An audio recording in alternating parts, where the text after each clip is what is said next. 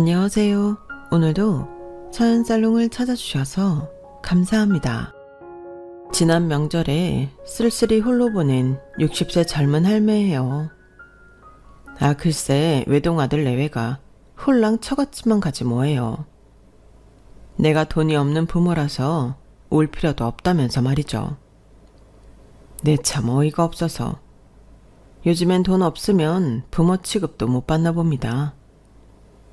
생때 같은 내 자식, 세상에 하나뿐인 자식이니 애지중지하며 온갖 희생 다하며 키워놨더니 개무시가 웬 말인가요? 며느리네 친정에 좀 산다고 그러던데 며느리나 아들내미마저 돈 없는 저랑 자기 친정을 얼마나 비교하던지 서럽게 짝이 없었죠.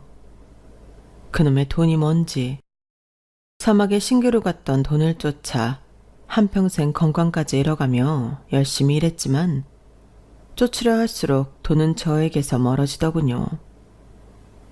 도저히 쫓아갈 수 없는 속도로 멀어지기만 하던 게 돈이었죠. 이제 내 나이 60이 되고 돈이고 나발이고 다 포기하고 평생을 가난하게 살아온 내 운명을 받아들이게 되더군요. 그런데 참으로 요상하죠. 욕심 다 버리고 내려놓으니 돈이란 놈이 덥석 내 품에 안기더라고요. 그것도 엄청난 금액의 돈이 말이죠. 60평생 살면서 언감생심, 꿈에서도 본 적 없는 액수의 돈이 지금 제 소나기 안에 있어요. 이렇게 된 지 불과 며칠밖에 되지 않았습니다. 비단 여자 팔자만이 아니라 사람의 인생이 참 뒤웅박팔자네요. 돈이 생기니 사람 마음가짐이 180도 바뀌더라고요. 한평생 나 아닌 다른 사람한테 희생만 하다 죽고 싶진 않다는 마음이 커졌어요. 그 대상이 아무리 피 섞인 가족이라도 말이죠. 요즘은 정말 100세 시대인데 아직 60%밖에 안 살았으니 지금이라도 날 위한 인생을 살기로 결심한 게 진짜 잘한 짓인 것 같아요. 어려서부터 찢어지게 가난하게 살면서 가족한테 희생만 하며 살아온 제가 감히 여러분께 자신있게 말씀드릴 수 있어요. 나 자신의 행복 없이 남편을 위해 자식을 위해 부모님을 위해서만 산다면 어느 순간 내 존재는 없어질 거라고요. 내 인생에 내가 없는데 가족이 다 무슨 소용이겠어요. 전 지금까지 참으로 바보 같은 인생을 살아왔거든요. 마냥 희생만 하는 삶 말이죠. 제 인생 이야기를 여러분께 펼쳐보일 테니 끝까지 들어보시면 제가 왜 이렇게 핏대 세우며 여러분의 행복을 위해 살라고 하는지 이해되실 거예요. 그럼 지금부터 시작해 볼게요. 저희 친정엄마는 정말 다정한 사람이었어요.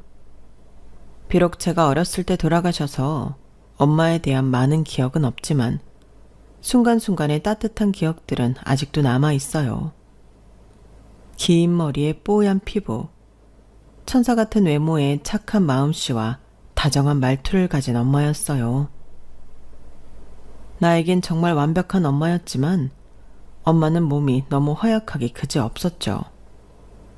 안 좋은 건강 탓에 엄마는 아이를 많이 낳고 다복한 가정을 꾸리고 싶어 했지만 외동딸인 저 하나로 만족해야 했어요. 물론 우리 집안이 경제적인 사정도 몹시 안 좋았기에 아이를 많이 낳을 형편도 안 됐죠. 엄마는 급성 백혈병으로 너무 빠른 시일 내에 돌아가셨어요.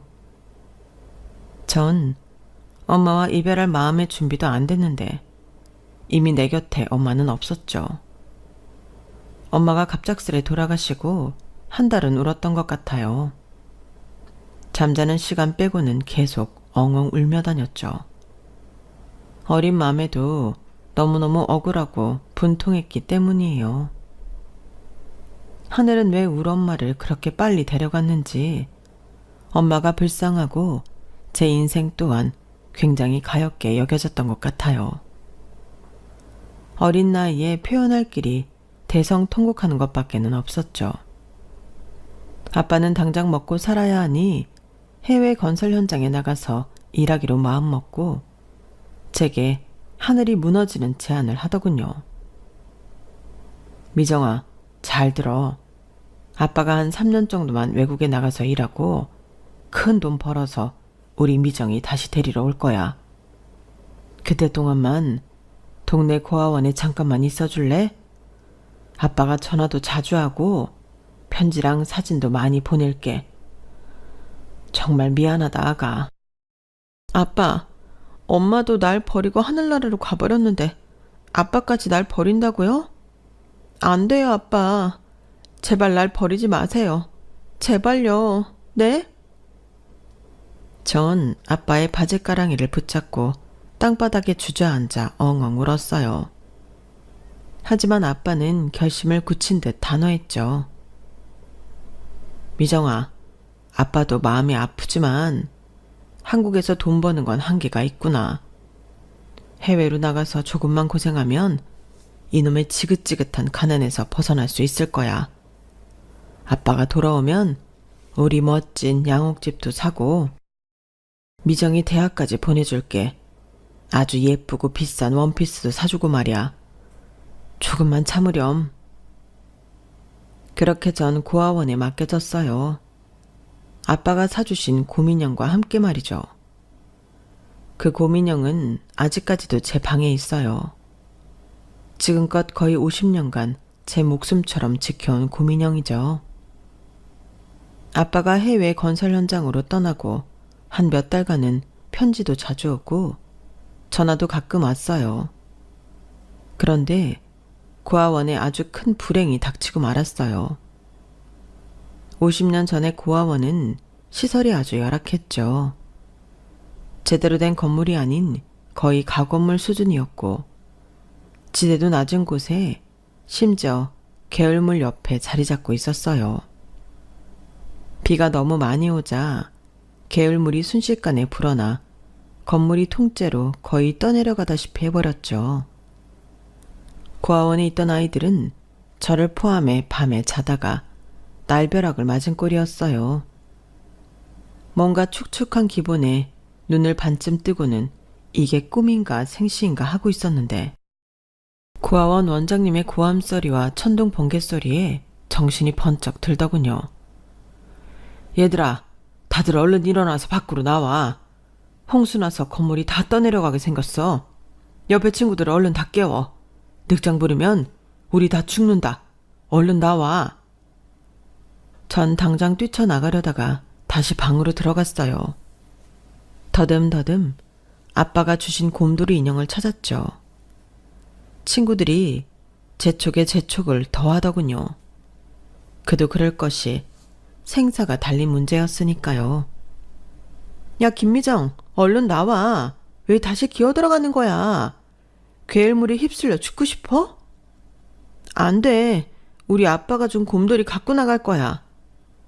칠흑같이 어두운 밤중이라 잘 보이지도 않았지만 우르르 쾅쾅하며 천둥번개가 번쩍일 때 인형을 찾을 수 있었고 거의 맹꼴찌로 그곳을 빠져나왔죠. 고아원 원장님의 리드하에 인명피해 없이 아이들이 다 대피하긴 했지만 온갖 집기며 모든 살림살이들이 눈앞에서 둥둥 다 떠내려가 버리더군요. 조금만 늦게 대피했다면 진짜 어린 저도 함께 휩쓸려 갔을지도 모르겠네요. 지금 생각해도 참으로 끔찍한 기억입니다. 그렇게 몇 달간 생활했던 고아원이 자연재해로 초토화되면서 우린 전국의 다른 고아원으로 뿔뿔이 흩어져야 했어요. 다른 곳에서 받아주는 것만으로도 감사한 일이었죠. 그렇게 완전히 다른 지역으로 옮기는 과정에서 아빠와의 연락은 두절되었어요. 언젠간 만날 수 있을 거라는 막연한 희망은 있었지만 솔직히 확신도 자신도 없었어요. 요즘같이 인터넷이 발달한 시대도 아니라 아빠가 날 찾을 확률도 제가 아빠를 찾을 수 있는 확률도 희박했기 때문이죠. 그렇게 전 완벽한 고아가 돼버렸어요. 너무 절망적이라 어린 나이에 우울증에 빠져버릴 정도였지만 사람은 적응의 동물인지라 한 3, 4년 지나니 아빠의 존재마저 희미하게 잊혀지더군요. 그렇게 새로운 고아원에서 학교도 다니며 잘 생활하고 있는데 한 명의 복병을 만나게 되었어요. 한창 사춘기였던 절 징글징글하게 쫓아다니던 남자아이였죠. 동갑인 그 남자아이는 입에 담기도 남사스럽게 저한테 사귀자고 하질 않나, 손을 잡으려 하질 않나, 그 아이의 손이 닿을 때마다 소름 끼치게 싫더군요. 얼마나 싫었으면 그 이름이 아직도 기억이 나네요. 양동철. 친구들이 그 아이를 항상 양동이라고 놀렸기 때문에 더 기억에 오래 남는지도 모르겠어요. 동철이는 결국 고아원에서 말썽을 부려서 다른 곳으로 강제 이동 조치되었죠. 어린 나이에 벌써부터 고아원에 있던 물품들을 몰래 훔쳐 장에 가서 내다 팔았던 거죠. 아무튼 어려서부터 싹수가 우울한 친구였어요. 고아원에서 잘 지내다가 독립해야 하는 나이가 되어 고등학교 졸업 후 차비 정도만 가지고 무작정 상경했어요. 고속버스를 타고 올라오는데 한 군인이 옆자리에 타더군요.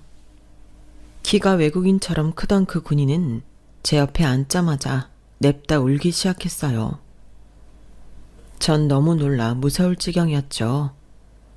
그 군인이 울면서 저한테 괴로움을 토로했어요. 제 이야기 좀 들어주시겠어요? 하나뿐인 가족인 저희 엄마가 돌아가셨어요. 장례 치르러 가는 중인데 마음이 찢어질 것 같아요. 평생 고생만 하시다가 심장마비로 돌아가셨어요. 전 이제 고아가 된 거예요. 세상에 핏줄 섞인 가족이 하나도 없다고요. 그 군인의 사정을 듣자 저도 같이 눈물이 나더군요. 얼마나 슬프고 마음이 찢어질 것 같으면 초면인 나에게 울면서 하소연을 했을까 싶으면서 특히 고아란 말이 마음에 와닿았어요. 저도 같은 고아였으니까요. 울지 마세요. 이렇게 고통스러워하는 모습을 하늘에서 어머니가 보시면 얼마나 슬퍼하시겠어요. 저도 고아예요. 20년간 고아원에서 살다가 차비만 갖고 서울로 올라가는 중이에요. 저도 세상이 무서워요. 하지만 어쩌겠어요. 산 사람은 살아야죠. 저도 고아란 말에 남자가 울음을 좀 그치더군요. 죄송해요. 아가씨가 나보다 더 힘들게 살았네요. 남자가 참 못 볼 걸 다 보였어요. 게다가 난 군인인데 참. 슬퍼 죽겠는 마당에 남자고 여자고 군인이고 그런 게 다 무슨 소용이에요. 한번 크게 울고 다 털어내세요. 시간이 약이더라고요. 바쁘게 생활하다 보면 다 잊혀질 거예요. 그때부터 서울에 도착할 때까지 우린 고속버스 안에서 많은 이야기를 나누었어요. 서로 힘겹게 살아온 이야기 보따리들을 잔뜩 풀어놓았죠. 그리고는 서울에 내려서 그 남자 엄마의 장례를 치러주러 같이 갔어요. 어차피 서울에 지낼 곳이 있는 것도 아니었기에 그와 모든 과정을 함께 했죠. 첫 만남에 우린 가족 같은 사이가 되어버렸어요.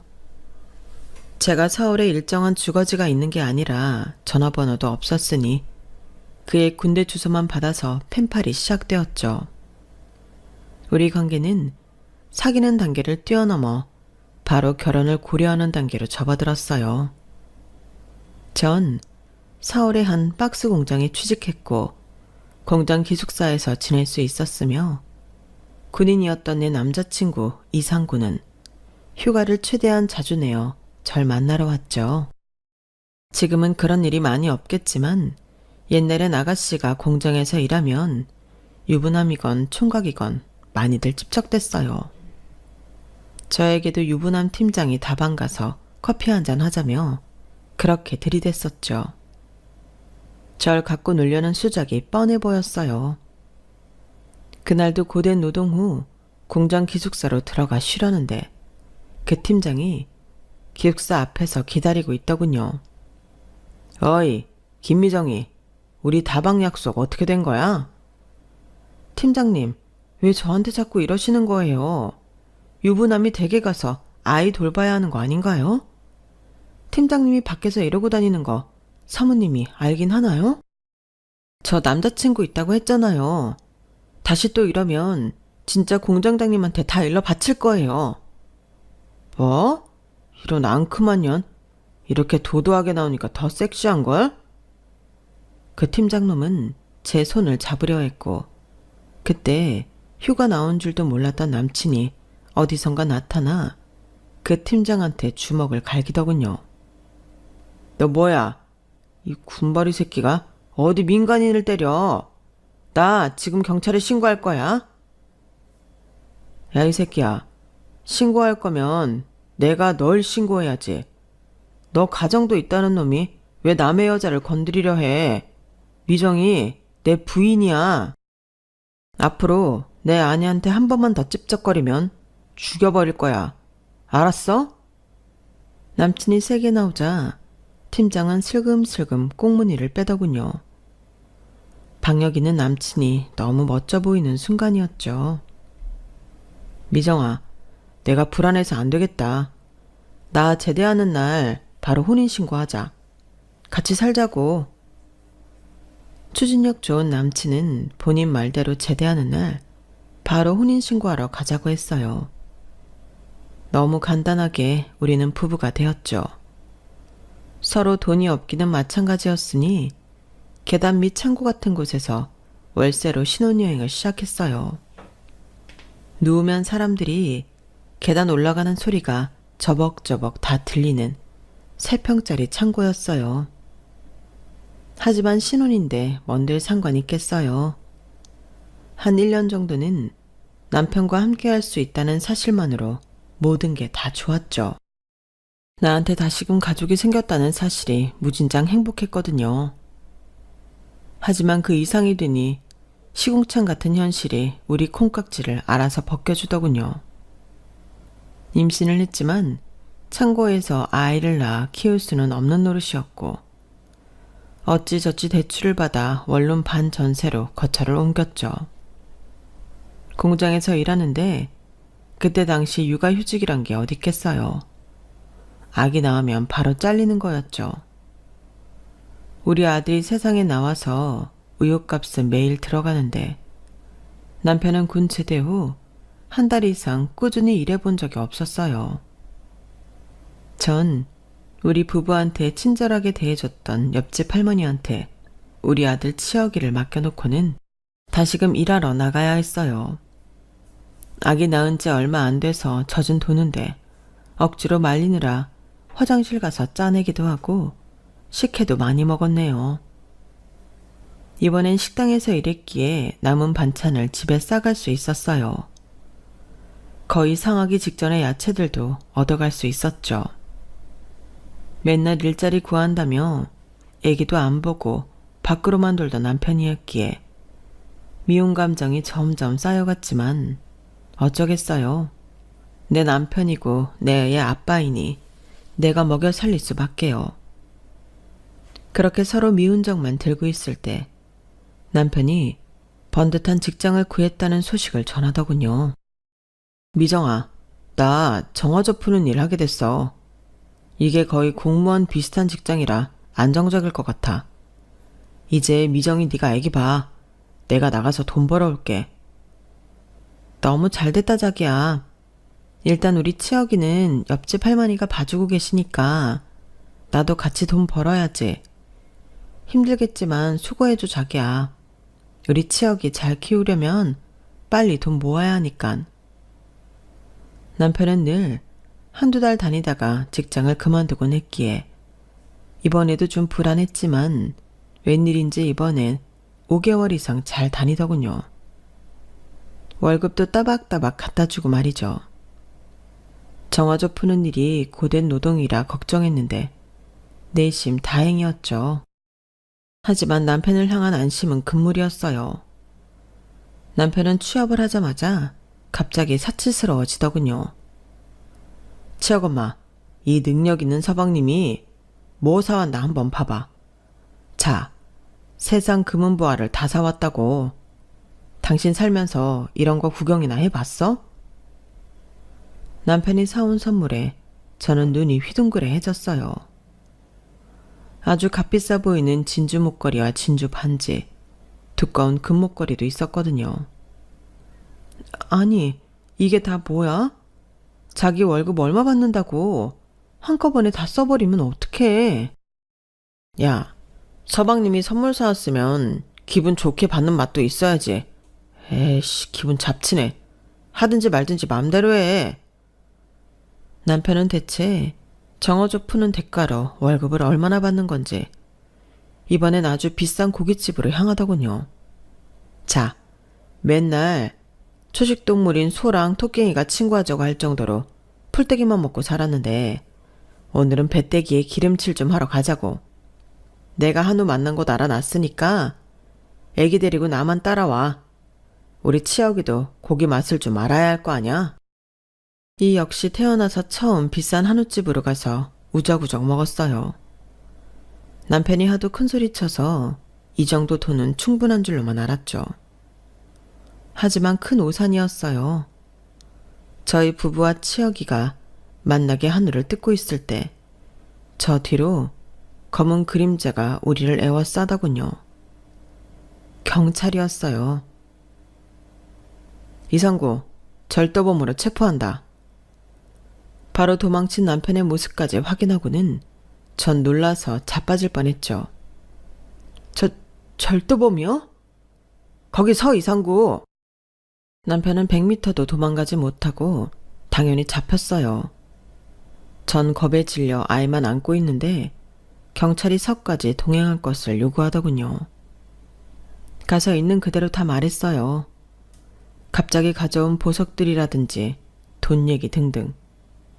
낯선 환경에 우리 치혁이는 제 등에 엎여 자지러지게 울더군요. 저도 무서워서 마구 눈물이 났어요. 울면서 옆에서 조사받는 남편을 향해 소리쳤죠. 이 미친 인간아. 정화조 푸는 직장에 잘만 다니는 줄 알았더니 진작에 때려치고 남의 돈이랑 보석 훔치러 다녔냐? 우리 애기 보기 부끄럽지도 않아? 아, 내 팔자야. 에이, 맨날 돈돈거리니까 너 만족시켜주려 내가 이 짓거리까지 한 거 아냐? 망할 놈이 엎였네. 뻔뻔한 남편은 오히려 제 탓을 했어요. 도둑질은 지가 해놓고 말이죠. 그렇게 남편은 바로 감옥에 갇히게 됐고 졸지에 전과자가 되었어요. 하지만 더욱 충격적인 것은 그게 첫 번째 전과가 아니었다는 사실이었어요. 그는 이미 전과 3범의 화려한 경력을 갖고 있더군요. 범죄자와 결혼을 하고 그의 아기까지 낳아 기르고 있다니 내 인생이 뭔가 단단히 꼬였다는 생각이 들더군요. 하지만 완전히 엎질러진 물이었기에 다시 주워 담을 수도 없었어요. 깜빵에 갇혀있는 남편을 대신해 저 혼자 돈도 벌고 아이도 길러야 했죠. 이번엔 박스공장 대신 돈을 좀 더 준다는 식당에 취직하게 됐어요. 대신 워낙 장사가 잘 되는 식당이라 눈코 뜰 새 없이 움직여야 하는 곳이었어요.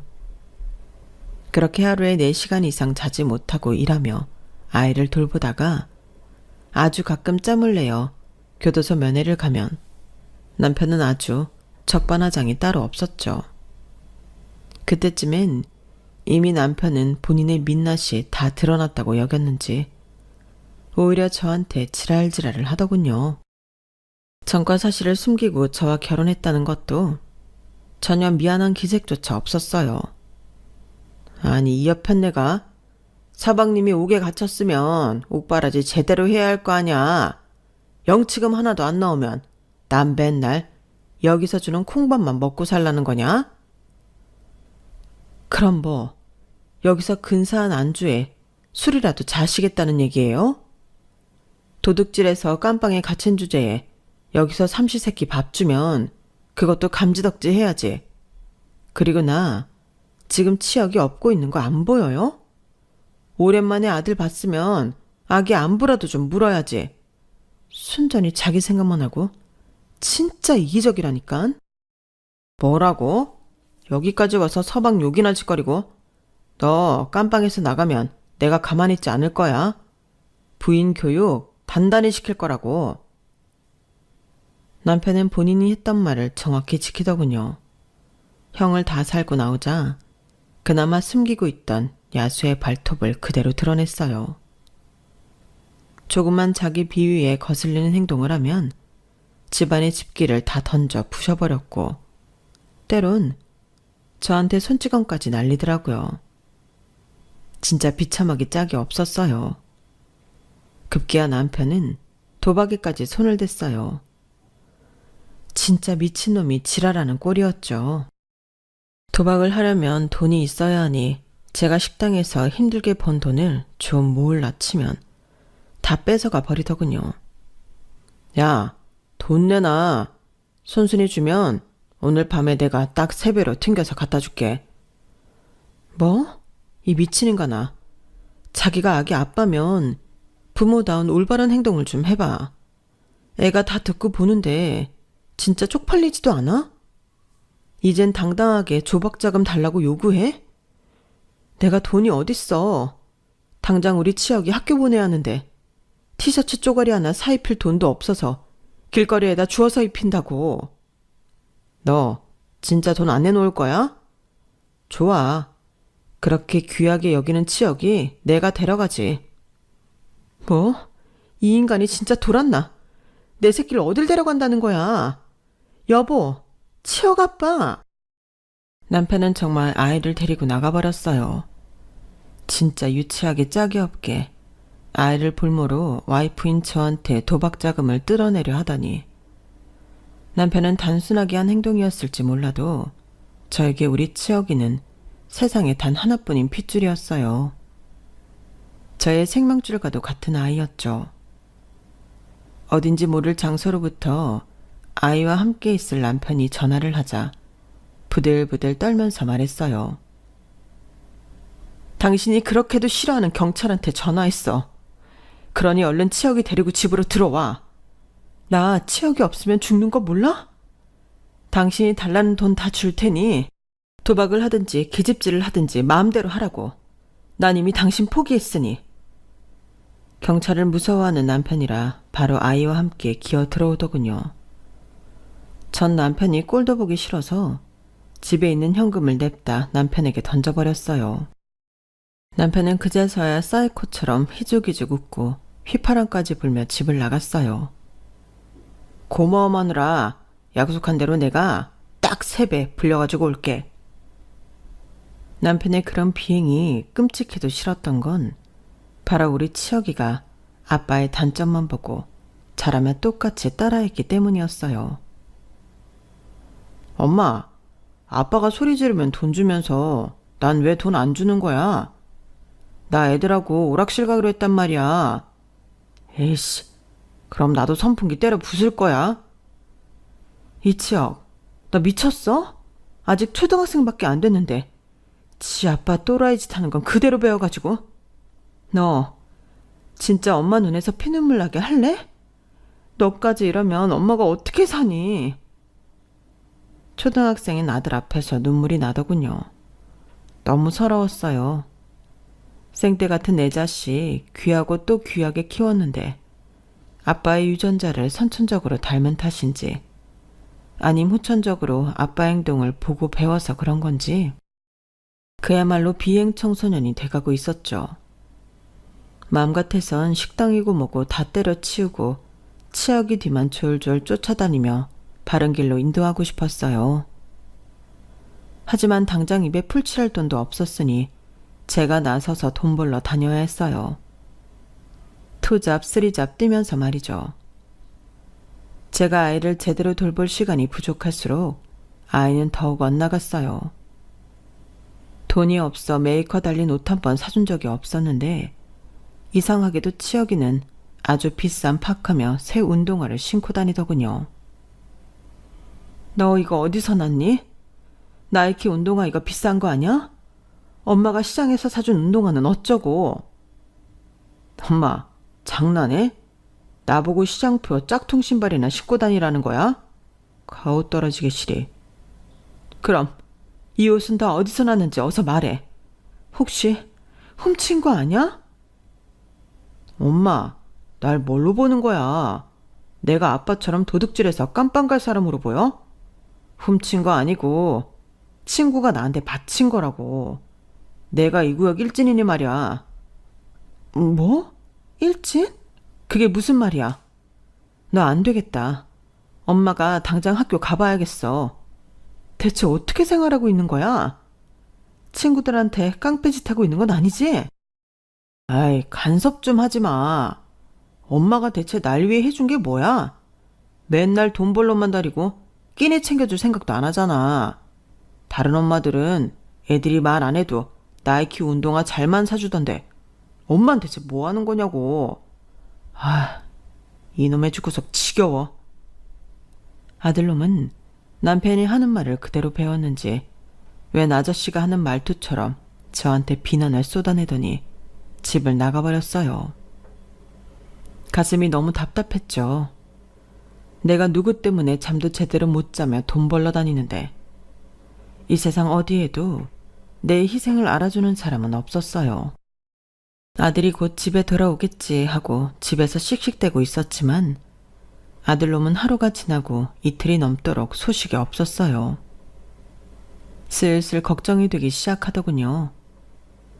아들 친구놈들한테 전화를 해봤지만 치역이 행방을 아는 사람은 없었어요. 나에겐 세상 전부인 아들이 없어지자 경찰에 실종 신고를 했죠. 그리고 한 3일쯤 지나서 경찰에서 연락이 왔어요. 이치역군 찾았습니다. 여기 서울에서 아주 멀리 떨어진 바닷가예요. 바닷가요? 주소 주시면 당장 갈게요. 경찰에 신고하고 3일 동안 살아있는 송정이 따로 없었어요. 아무것도 입에 들어가지 않더군요. 물 한 잔도 못 마신 채 치어기를 찾아왔죠. 엄마, 왜 이제야 찾아왔어요? 나 돈 벌려고 일당 후하게 쳐준다는 전단지 보고 따라갔다가 배 타고 작살나게 고생만 했어요. 돈도 한 푼도 못 받고요. 그놈의 돈 벌려다가 사람 잡을 뻔했구나. 어서 집으로 돌아가자. 엄마 너 없으면 죽어 이놈아. 다신 엄마 곁을 떠나지 말어. 너무도 철없는 치역이었지만 그런 험한 일을 겪고 나자 조금은 철이 들었는지 다시는 가출이니 뭐니 입에도 올리지 않았어요. 학교 선생님과도 상담을 해봤는데 공부하는 담을 쌓았지만 적어도 친구들을 괴롭히거나 날라리 짓 하던 건 멈췄다고 하니 그나마 다행이었죠. 그동안 이놈이 비행 청소년이 되어 벌인 사건 사고 때문에 부모인 제가 무릎 꿇고 빈 적이 한두 번이 아니었는데 적어도 그 후로 그런 일은 없었어요. 여전히 황당한 건 남편은 그동안 열심히 밖으로만 도느라 집안 돌아가는 꼴은 하나도 모르고 있었단 사실이에요. 가끔은 제가 남편이 있다는 사실도 까먹고 있을 만큼 우린 남남 같은 결혼 생활을 이어가고 있었죠. 그러다가 아주 큰 사건이 터지고 말았어요. 이번에도 경찰에게 전화가 왔어요. 이성구 씨 아내 되십니까? 모텔에서 화재가 나서 인명피해가 있었는데 남편 이성구 씨가 유독가스에 질식해 사망했습니다. 옆에 계시던 여성분도 함께 사망했어요. 경찰서로 와주시겠습니까? 남편과 아들 탓에 내 집처럼 드나들던 경찰서였지만 이번만은 달랐어요. 미워도 가족이라고 내가 밥 차려주고 돈 주던 남편이 죽었다니 너무 큰 충격이었죠. 아들 치어기도 이제 많이 컸으니 사정을 잘 설명하고는 모든 과정을 함께 했어요. 멘붕에 빠진 모자인 저와 아들은 경찰서와 병원을 드나들며 남편의 사망을 확인하였고 장례까지 빠르게 치렀어요. 며칠간 심장이 쿵쾅쿵쾅 계속 뛰고 잠 한숨 못 잘 정도로 정신이 없더군요. 하지만 웬일인지 눈물은 안 났어요. 온갖 나쁜 짓을 벌이다가 급기야 바람까지 피우며 내연녀와 함께 모텔에서 나란히 사망한 남편이기에 그가 불쌍하다는 생각은 들지 않았죠. 장례식을 치르고 온 후 한 3일간 일도 안 나가고 집에서 내리잤어요. 어쩐 일인지 아주 꿀잠을 잤어요. 이제 남편에게 돈 뺏길 일도 끝났고 남편으로부터 스트레스를 받으며 사는 것도 끝이다라고 생각하니 홀가분한 기분도 들었나 봐요. 단 5일 이상 일을 쉬어본 적이 없었는데 난생 처음 약 5일간의 긴 휴식을 취한 뒤 다시금 생존을 위한 일을 해야 했어요. 그런데 맨날 돈 뺏어가던 남편이 죽고 나니 그제서야 돈이 좀 모이더군요. 통장에 쌓이는 돈을 보며 나도 이제 내 식당을 한번 차려보고 싶다는 욕심이 강하게 들었어요. 그렇게 목표를 이루기 위해 열심히 돈을 모으고 있는데 20대가 되어 대학도 못 가고 용돈 받으며 백수로 뒹굴던 아들놈이 갑자기 결혼을 하겠다고 하더군요. 결혼? 치어가, 너 여자친구가 있었니? 갑자기 웬 결혼? 직장도 아직 없는데 무슨 돈으로 결혼을 하며 가정을 꾸리겠다는 거야? 엄마, 이치혁이를 아직도 몰라? 내가 누구야? 나는 다 계획이 있는 사람이라고. 취직해서 어설프게 한 달에 한 200만 원 버느니 화끈하게 돈 버는 법을 알았지 뭐야. 너 대체 그게 무슨 말이야? 또 어디 가서 사기칠 생각하는 거 아니야? 그게 아니라 이 여자가 나보다 10살 많은 애 딸린 이혼녀인데 클럽에서 돈을 엄청 펑펑 쓰더라고. 알고 보니 아버지가 조폭 출신에 그 지역에서 엄청 돈 많은 걸로 유명한 사업가야. 엄마, 지역 유지란 말 들어봤지? 내 장인 될 사람이 지역 유지다 이런 말씀이지. 뭐? 치어가 아무리 백수여도 총각인 네가 애 딸린 이혼녀하고 결혼하고 싶니? 그 아이를 진짜 네 자식처럼 생각하고 키워줄 자신 있냐고. 결혼은 일륜지 대사인데 돈만 보고 결정하면 어쩌자는 거야. 너 장사라도 하고 싶으면 엄마가 미천 대줄 테니 그런 결혼은 할 생각 마. 그 여자한테도 몹쓸 짓이야. 엄마, 내가 살아보니 돈이 최고더라고. 장이도 날 흡족해 했어. 근데 나도 결혼하려면 그래도 좀 돈이 필요하니 엄마 모은 돈 얼마 있어? 그거 나 다 줘. 나중에 장가 가면 장인 돈으로 다 갚아줄 테니. 전 끝까지 아들을 만류했지만 결혼한다던 그 여자까지 데리고 와서 설득을 해대는 통에 넘어가고 말았죠. 상견례까지 별 탈 없이 지나가고 결혼식까지 일사천리로 진행됐어요. 며느리는 결혼 전엔 시모인 내게 나름 살랑거리며 예의를 갖추는 듯 했으나 한 3개월 지나니 본색이 드러나더군요. 예의는커녕 진짜 싸가지가 바가지인 여자였어요. 전 남편과 왜 아기 낳고 이혼했는지 충분히 알겠더라고요. 어머님, 저보고 아기를 또 낳으라고요? 아기 낳으면 몸매 망가지는 거 잘 알면서 그런 얘기를 하세요. 아기는 전 남편 아기 하나로 만족해요. 치혁이와도 이 아이만 잘 키우며 살기로 약속했어요.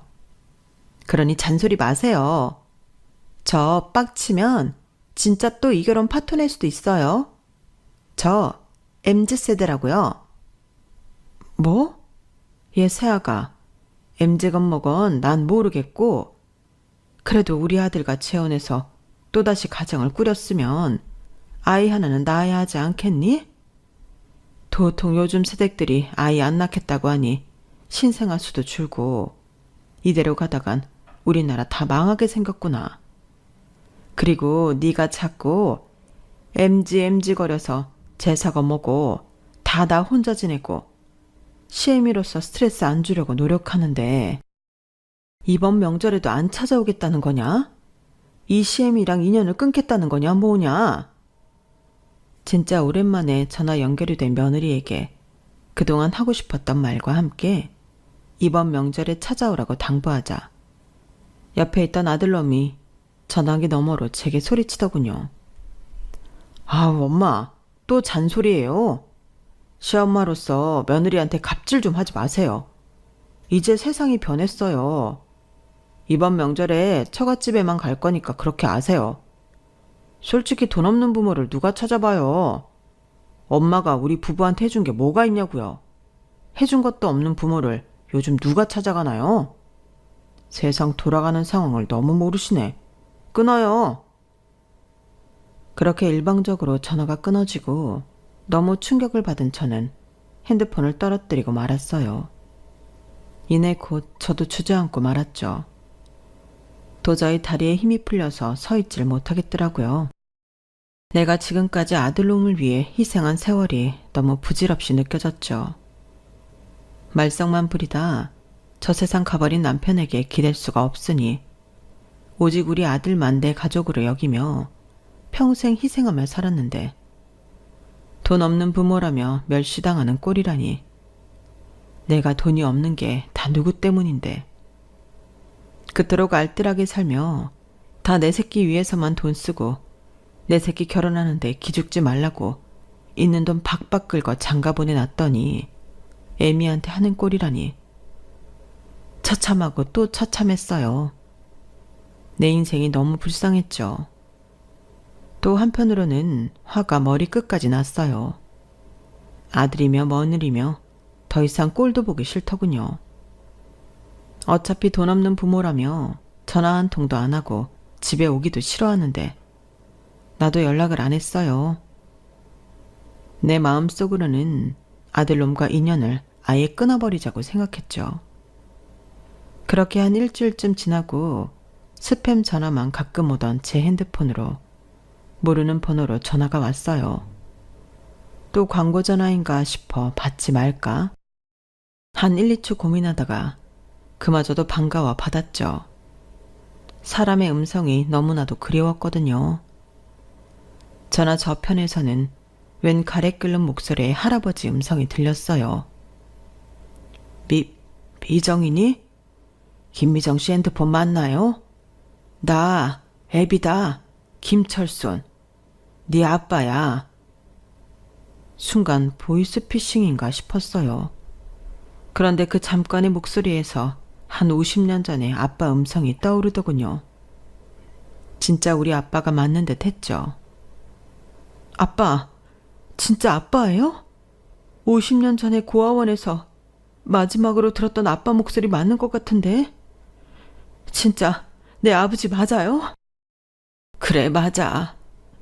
고아원에 널 맡기면서 본 게 마지막 우리 딸 모습이었지. 용케 기억하는구나.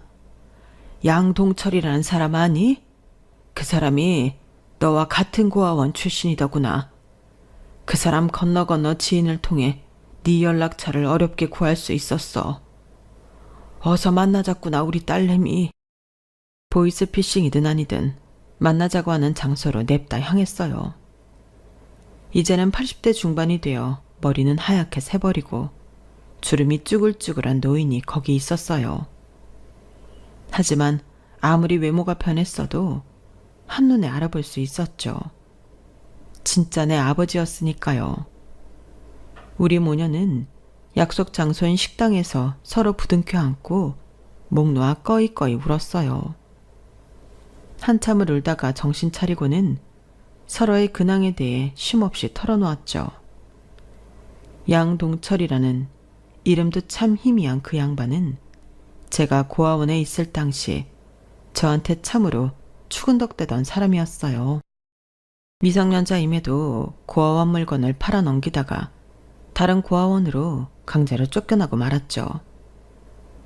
아빠가 건설 노동자로 외국 가서 돈을 꽤 모아서 한국에 돌아왔을 때 널 맡긴 고아원이 홍수에 통째로 떠내려가 버렸더구나. 그 후로 정신없이 사방팔방으로 우리 미정이를 찾으러 다녔지만 워낙 옛날이라 데이터가 남아있질 않았어. 서울에서 김서방 찾기나 마찬가지였지. 그 후로도 경찰에까지 의뢰해서 널 찾았지만 다 실패했어. 그렇게 난 지금껏 홀로 살면서 거의 도 닦는 심정으로 사업에 매진했어.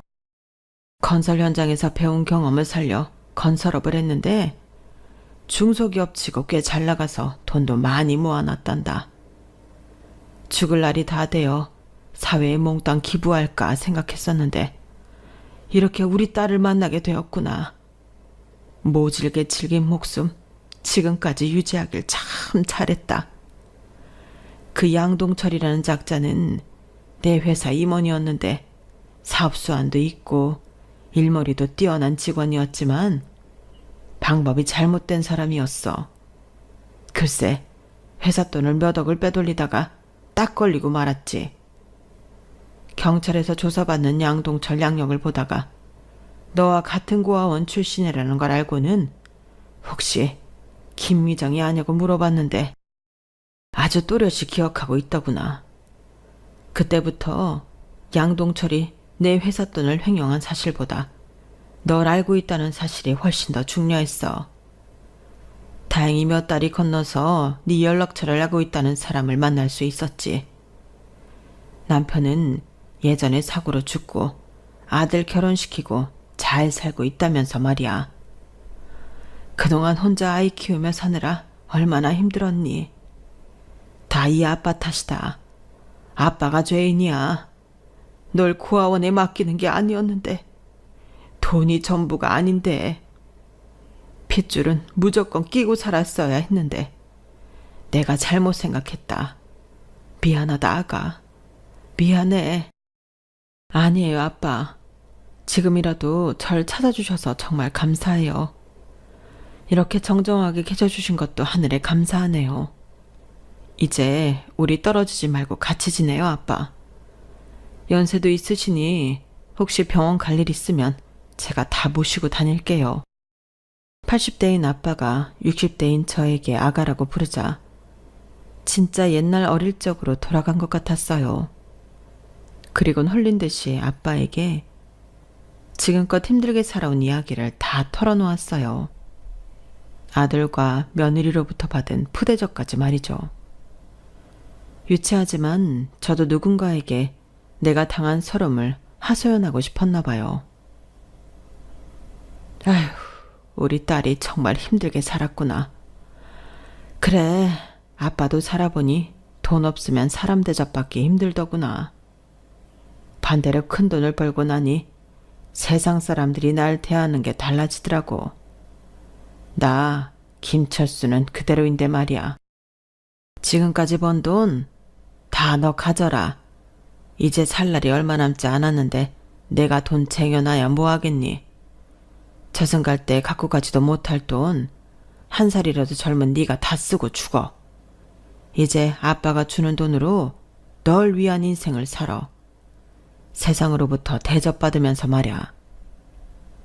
다음 날이 밝자마자 아빠는 전문가까지 붙여서 작정하신 듯 재산을 제 명의로 다 돌려주기 시작했어요.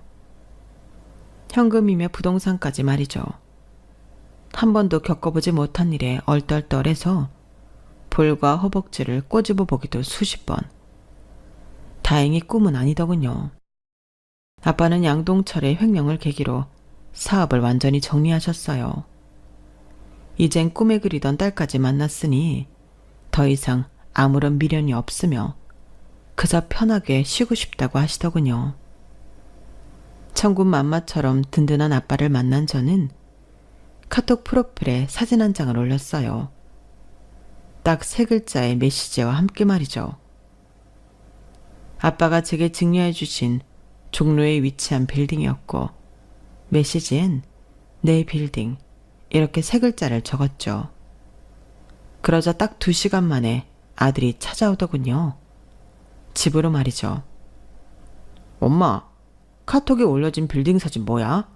상태 메시지에 내 빌딩이라니. 그게 어떻게 엄마 빌딩이야? 엄마 미쳤어? 아니 뭐 로또라도 한 100번쯤 맞은 거야?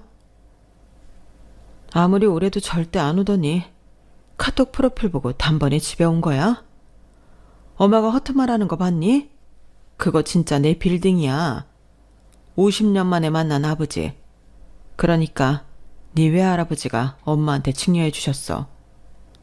등기부 등본이라도 보여주랴? 뭐라고요? 진짜야? 와, 엄마 완전히 재벌됐네. 엄마, 지금까지 내가 와이프랑 엄마한테 뭐라 한 거 다 잊으세요. 그리고 나 좀 살려주세요. 내가 장인 재산 빼돌려서 쓰다가 딱 걸렸어요. 우리 장인 조폭 출신인 거 알죠, 엄마? 나 이혼당하는 건 기본이고 장인한테 걸리면 완전히 뼈도 못 추리게 생겼다고요. 나 한 3억만 주면 안 될까요? 엄마, 나 이 돈 없으면 죽어요. 나 좀 살려줘요, 제발. 전 눈 하나 깜짝 안 하고 아들에게 차갑게 얘기했어요. 그럼 장인한테 걸려서 뼈도 못 추리고 죽어. 네가 엄마 무시하면서까지 그렇게 좋아라 하던 돈 많은 장인이잖아? 죽이 되든 밥이 되든 그 집 사위로 뼈를 묻으라고. 당장 집 나가. 나 이제 우리 아버지 모시면서 아버지의 대골 같은 집에서 함께 살 거야. 내 핏줄, 진짜 내 가족은 우리 아빠뿐이야. 더 이상 너 때문에 스트레스 받으면 살기 싫어. 남은 내 인생도 소중하니까. 우리 인연 끊고 살자. 잘 살아라, 이치혁. 엄마, 제발 한 번만 살려주세요. 그래도 엄마 아들인데 너무한 거 아니에요? 제발요. 네? 전 손이 발이 되도록 비는 아들을 그대로 내쫓아버렸어요. 현재로선 모르겠어요. 언젠가 아들을 용서해 줄지, 아님 눈 감는 그날까지 남남으로 살지는요. 하여튼 지금은 아들 그림자도 보기 싫으네요. 지금껏 아들한테 당한 게 하도 많아서 이젠 제 마음을 좀 쉬게 해주고 싶어요. 이만큼 가족을 위해 희생하고 살았으면 제 할 도리는 다 했다고 생각하거든요. 지금 이 시각에도 가족을 위해 헌신만 하는 여러분, 헌신만 하다간 진짜 저처럼 헌신짝 되기 쉽습니다. 제발 자신도 좀 돌보면서 살아가세요. 이상 수십 년 동안 지지리도 고생하며 살아온 아지매의 푸념 섞인 조언이었습니다. 일단 이렇게 큰 행운을 주신 아버지를 모시고 여기저기 효도 관광도 하고 즐기며 살려고요. 진정으로 날 위해 살아줄 사람은 역시 부모밖에 없나 봅니다. 예전엔 뭐 좋은 인생이라고 오래 사나 싶었는데 이젠 100살까지 살고 싶은 욕심이 마구마구 샘솟네요. 사연살롱 구독자 여러분, 우리 건강하고 행복하게 오래오래 살자고요. 지금까지 긴 글 읽어주셔서 감사합니다. 여러분, 사연 댓글에 응원과 현명한 조언 부탁드려요. 좋아요와 구독은 저에게 큰 힘이 됩니다. 오늘도 좋은 일 가득하세요.